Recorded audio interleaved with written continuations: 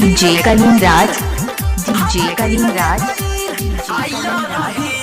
चांदनी चौक को बोल दरभंगा, चांदनी चौक को बोल दरभंगा।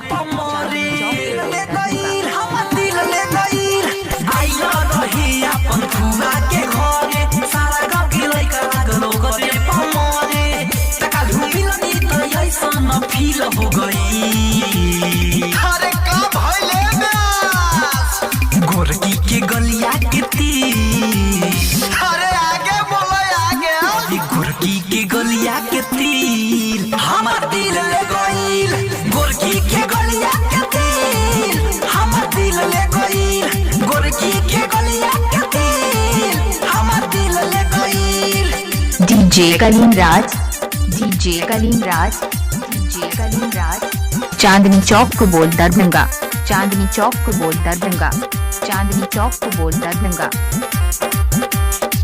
आवत नींद नहीं आवत चैन हो रहत पानी हम तो हरदम बेचैन हो दिल ले गइल हम दिल ले गइल आवत नींद नहीं आवत चैन हो रहत पानी हम तो हरदम बेचैन हो लगे सुखल धरती अब गिल हो गई अरे उ तो हो कहीं के रहे हो गोरकी के गलिया के तीर अरे प्यार अंधा होता है गोरकी के गलिया के तीर हमार दिल ले गइल गोरकी के गलिया के तीर हमार दिल ले गइल गोरकी के गलिया के तीर हमार दिल ले गइल। डीजे कलीम राज, डीजे कलीम राज, डीजे कलीम राज, चांदनी चौक को बोल दरभंगा, चांदनी चौक को बोल दरभंगा, चांदनी चौक को बोल दरभंगा।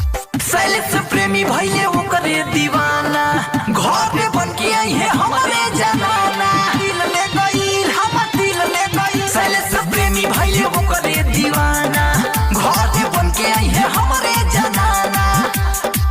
एक पल भी रहल मुश्किल हो गई अरे इंतजार कर बाबू इंतजार कर के गलिया के तीर अरे पकड़ ले बाबू और गोरकी के गलिया के तीर हमार दिल ले गइल गोरकी के गलिया के तीर हमार दिल ले गइल गोरकी के गलिया के तीर हमार दिल ले गइल आइल रहे अपन फुगा के घरे सारा गांव के लइका लागल ओकरे पमरे